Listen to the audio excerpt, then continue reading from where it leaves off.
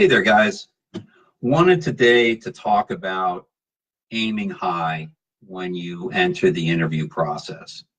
And again, I say that with a caveat because you do have to be careful. Before I do, I absolutely have to put a shout out to my favorite athlete of all time, who is Tiger Woods.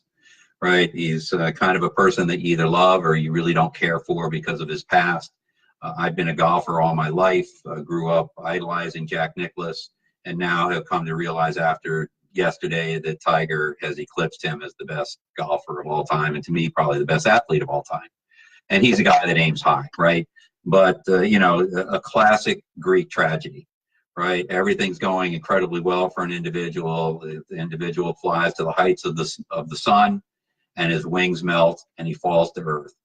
And through his own issues and addictions, and through the body breakdown that he had because of the power and the violence of his swing, he was literally reduced to a shell of who he was.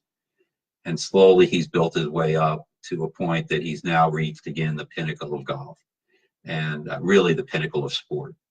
And it's just wonderful to see, right? So again, an aiming high kind of guy. Right, so kudos, Tiger, congratulations. Now let's bring this to the interview process.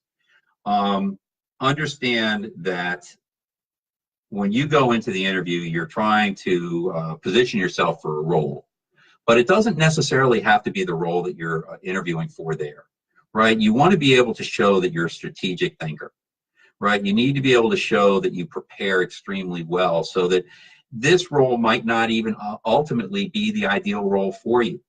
The individual on the other side of the table could see your intuitiveness, your ability to ask the right questions, your ability to solve problems, and suddenly sees you in a different lane. And so it's really important to be able to, again, prepare properly to not only show that you tactically can implement and do the work, but you strategically understand it.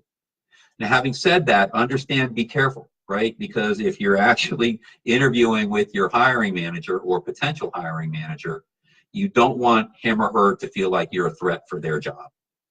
So it might be that this type of aiming higher strategic thought would be more inclined to be when you're talking with the C-suite of folks, right? The CEO, the president of the company, and they really see how you dove into their financials, how you dove into how they market their products, and you were asking really engaging questions.